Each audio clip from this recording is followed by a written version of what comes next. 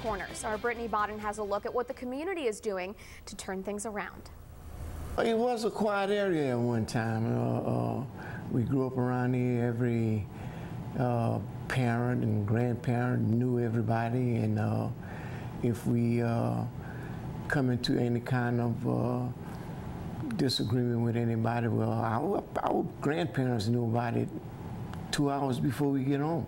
Living in the area his whole life, Joseph has seen these so-called Four Corners area through its ups and downs, as have many that still call this area their home. When things got neglected and the restaurants moved out, and I think people just quit caring as much for a while, and you know, that's what happens to communities when people stop caring and loving and learning who their neighbors are.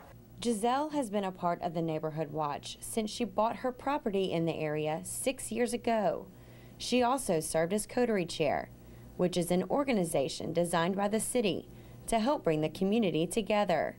Through the Coterie, a local business owner and local resident started a more localized group for the Four Corners community. Townfolk is supposed to be an arm of the community where we get together as a smaller group, and we're able to do smaller projects and get some immediate action.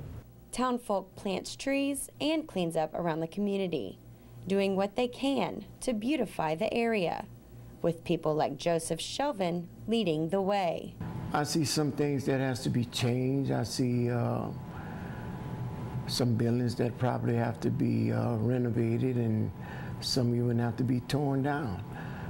It's just the fact that the pride in yourself determines what your neighborhood is going to look like.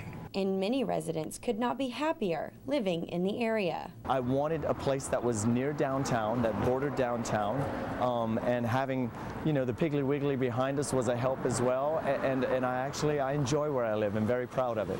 Rick gives his input at all of the public meetings about the Lafayette Comprehensive Plan as well as the Downtown Development Plan. One of the things I see is greater attention to bike paths. I'm an avid cyclist.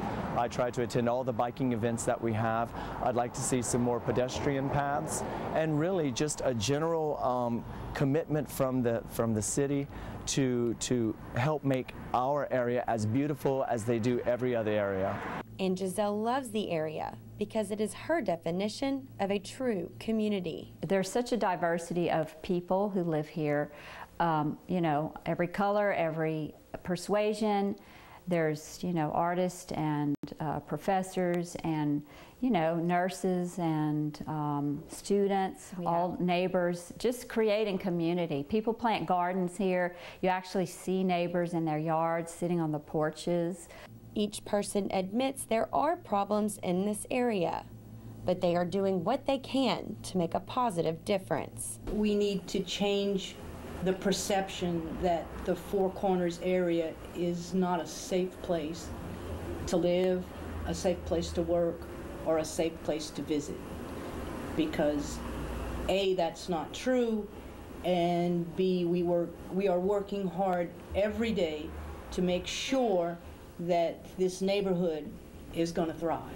Residents and business owners are in constant contact with Lafayette Police in particular, making this area one of the most closely watched in Lafayette.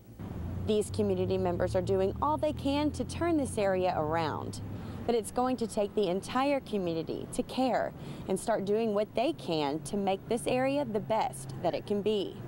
Reporting in Lafayette, I'm Brittany Bodden with Fox 15 News. Now, there have been some changes in that area in just the past few weeks. A building on the corner recently sold. We're told a printing shop is moving in. Repairs to the old Delta Furniture building are underway. And the Lafayette Police have parked the Armadillo on Cameron Street to help with a 24-hour presence. Businesses and churches also tell us they're planning to install cameras around their business. Coming up